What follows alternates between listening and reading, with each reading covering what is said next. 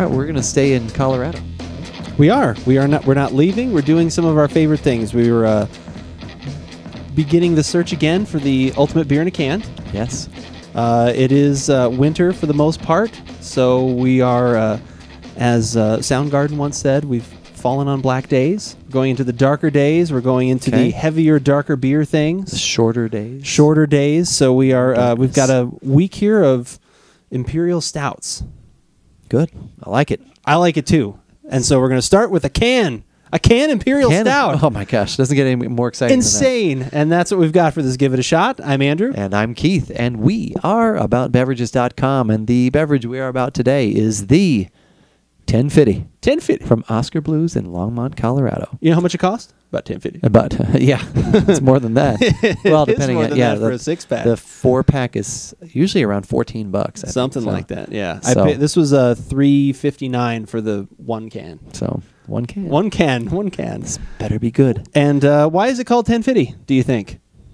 Probably because of it's supposed to pour like oil. Oh, like I hadn't thought about it that way. I don't know. No, that'd be 2050, I guess. That'd be like, it'd be like 30 weight. Yeah. No. So there's a 2050, there's a 30 weight. Yeah. I haven't changed my oil myself. 1050, come on. The answer's right there. 1050? I don't know. What's the alcohol?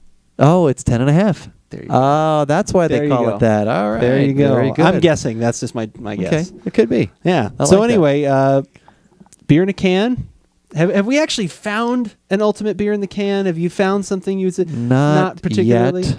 I mean, there's some things, obviously. There's going to be some obvious things that I know listeners are probably already screaming at the screen right now with Sierra Nevada does the torpedo in cans now. Right. You can find New Belgium, some of the Fat Tire in a can. I really like the shift. Things like that. Earlier in the summer. And that's one we will try. Shift. Probably, you said we'll have to shift into spring or something like that. Before that was good. I enjoyed that. But, like I said, so you can find some. So we're kind of looking for maybe more of only in a can. Like, I'm not even sure what the stipulation is anymore. When we see it in a can, we're like, really? Can you do that in a can? Yeah. I guess that's maybe the thing. And that needs to be, I think we need to have our top 10 lists going forward. And we do. And I always love the American Top 40 charts. I should have top 10 lists and then just, if something knocks something out of a position, then update it then. That's what I need to do. So, yeah. Because I even forget some of the beers that nothing super uber sticks out, obviously. No. Of beers that we've had in a can. Except the one that does is one that I don't think we really liked, but it was the complete glass of foam. That was the Santa Fe. The Santa Fe, the Java Stout. The glass was entirely the glass foam. of foam. Yeah. That was funny. So that sticks out for that. That's not exactly the right reason to stick out, but cool can. I've heard people, when I've been in different establishments, I've heard people talk with great reverence. I'm using that word a lot lately, but it's a good word. It's true though. About this particular beer. I have actually had it, but it was a few years back. Okay. So. I have not.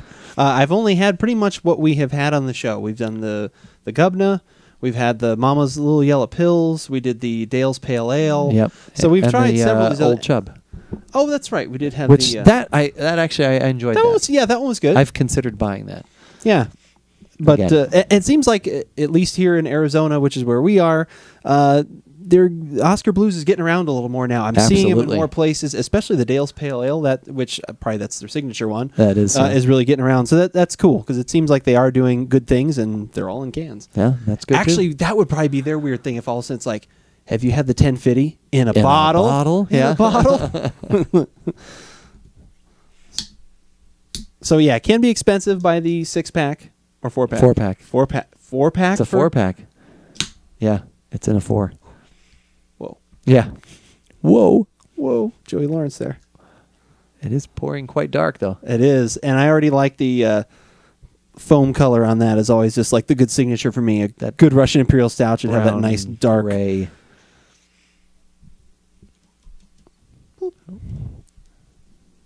Get myself a little more foam going there. There we go. Yeah, that nice, just super dark color. That just caramely goodness looking. That's just a. Now that's black. That was very Alton Brown of you. What's that? Caramely goodness. See, that's black. Like I cannot tilt the glass in any way and see. Yeah, but you're referencing our. I am referencing our previous podcast. Okay. That is black. The other one was very dark brown. Okay. But you could tilt and you could say, oh, here's some brown. And that's kind of, We have that 2,000-watt bulb over there. I do. Yeah, exactly. It's blinding. It's blinding me with That's science. why Keith always gets a suntan on the side of his face after we podcast.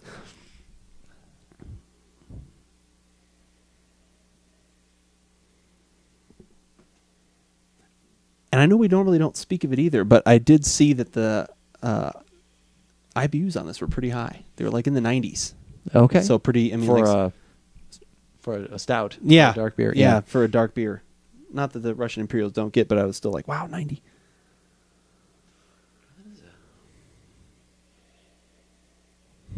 There's a wonderful, like, chocolate and fruit play going on in there. I was going for, like, cereal or some sort of...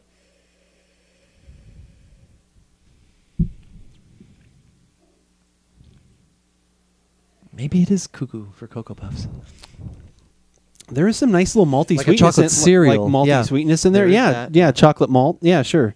Did you ever like the chocolate malts, like the actual like shakes where you get the? Yeah, that reminds me of that a little bit. There's something else there's a low. Is there a licorice? Is there a little licorice or anise or anise in there, or something like that? A little bit of that in there. Maybe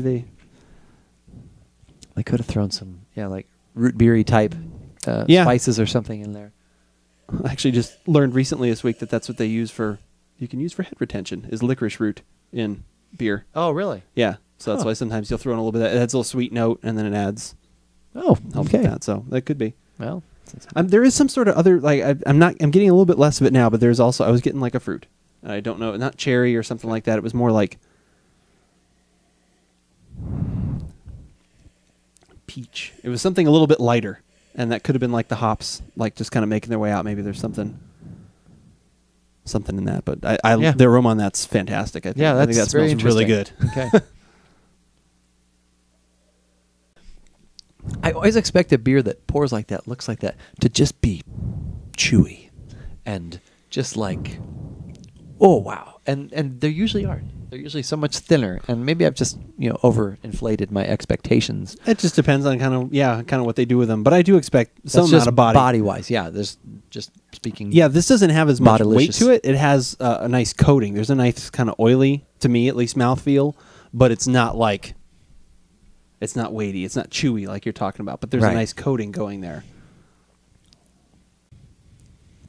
I would say there's definitely a licorice note in there. I think so too. Note there. Yeah. I think it's all over. I'm getting it kind of in the nose a little bit. I'm getting it on the palate. There's some of that kind of dark black licorice kind of flavor in there. That's well balanced, though. I like that flavor profile because it's not like super roasty, toasty like that. But a little bit of that's there. A little bit of it's there, but those higher notes of those other herbs or whatever they've got in there. It's syrupy. Yeah. A little bit like that. Like I said, the syrup doesn't have to be thick, but it's that coating. Like we were talking about coating. It's almost syrupy. That's kind of like it's really good. It's funny. I don't recall either. I can't remember if I just wasn't impressed, or if I was just like, if I thought, well, it's good, but it's expensive, and so I've gone in other directions. But having it again now. Yeah, I'm enjoying it. That's pretty tasty. That's really tasty. I like it, and that fruit does kind of carry through a little bit. I'm not describing it great when I say peach. Don't think it's like an orchard or something. But there's some other flavor in there that doesn't scream like what you would normally think of, like cherry or something. There's some other kind of fruit, and maybe it's just a licorice playing with my brain a little bit and giving me that other note in amongst the chocolate, and I'm thinking it's something else. But if it has all those IBUs, then there's a lot of hops in it, right? Yeah, and so they may have used some sort of hop with tropical notes in it. Right, they could have used some of those little tropical, but it's except for the little bit that escapes there. And there definitely is the bitterness is fairly strong at the back, but it's kind of held in reserve by all of the malts and everything else that's going on. Yeah, because it doesn't linger with me. I'm a little dry up front, and it's really. I do have the lip smacking sweetness. It's lip smacky, yeah. It lingers with a sour, syrupy, like heaviness at the back, but in a pleasant, good way. You know what I mean? Yeah. That's kind of what's left at the end. But it leaves me wanting more. We've talked about some beers, that keep putting that layer on and that layer on. And this dissipates enough nicely, and then you kind of keep getting more. That's really tasty. Yeah. And when you think about it, like some of my.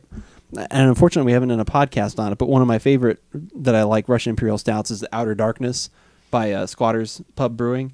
Love that one. And if you think about that being only 2 beers, it's about the same price as getting 2 of these, because it's like $8.99 or something like that, and you get 2 of these and 24. It's kind of one of those $7 for there's something about when you have a can and you're spending like $4. It feels weird, but then you go buy a bomber for $8, and it's like, well, it's the same thing. We've talked about that, and it's even actually a little bit better because this would be 24 ounces, right, for $7, $7 or $8. Yeah, and I don't think twice about that. So it's just funny. Yeah, just how that kind of plays in your mind a little bit, but very good. I like this a lot, and it's definitely a good start for our Imperial Stout, our Darkness Week, however you want to categorize it. The darkness has begun. Yes, we're going down the dark road. It's a dark path. Far it's good. It is good. It is good. The first step. And hopefully everyone is enjoying hanging out here at the website at AboutBeverages.com, because that's where you can find the tasting notes for this beer from Oskar Blues, along with where it hits on our recommendation scale. And while you're there, what should they be doing? Lots of things. Emails. We'd love people to email us with suggestions. Send us some suggestions, comments, ideas for the site, ideas for a show. Do you want us to switch positions? Could be. Anything. I don't know. Just should I be on the right? Feedback. Yeah. Maybe that's throwing people off. Maybe I should be there facing that. No. What do you think back of your head?